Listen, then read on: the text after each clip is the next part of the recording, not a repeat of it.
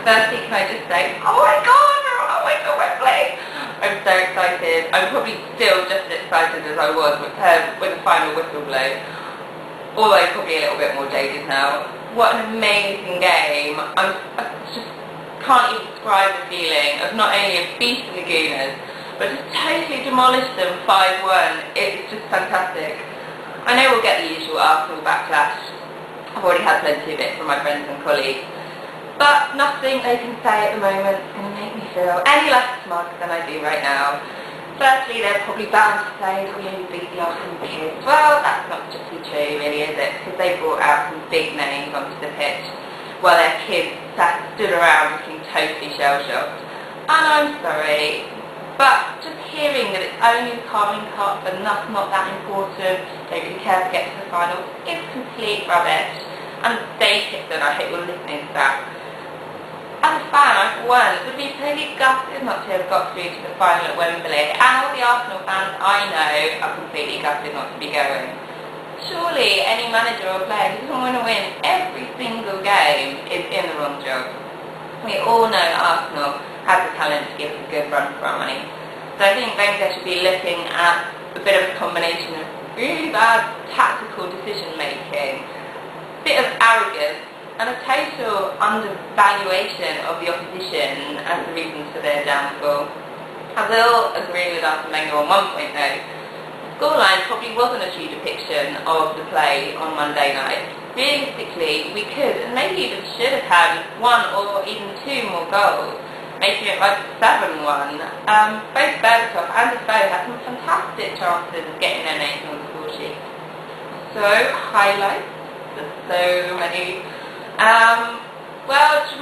Jermaine Genius's opener was sheer genius. That was great pass from Berbatov, fantastic start to the game. Then there's Genius's fantastic 27-minute free kick into goal, which ultimately ended with Bentner heading home for an own goal. Steve's knock in that final goal, just before the final whistle, totally brought me to tears, which just shows how drunkenly emotional I was by then. And in between the goals, there was just some fantastic, true show of strength in our defence, which is obviously where we've had so many problems this season. So it was brilliant to see the performances from the defenders. We had great performances across the pitch. Steve, Dawson, Gina, King, I could go on. They really ran rings about the Arsenal lads. But I think Keane's 101 was probably my favourite moment of the game.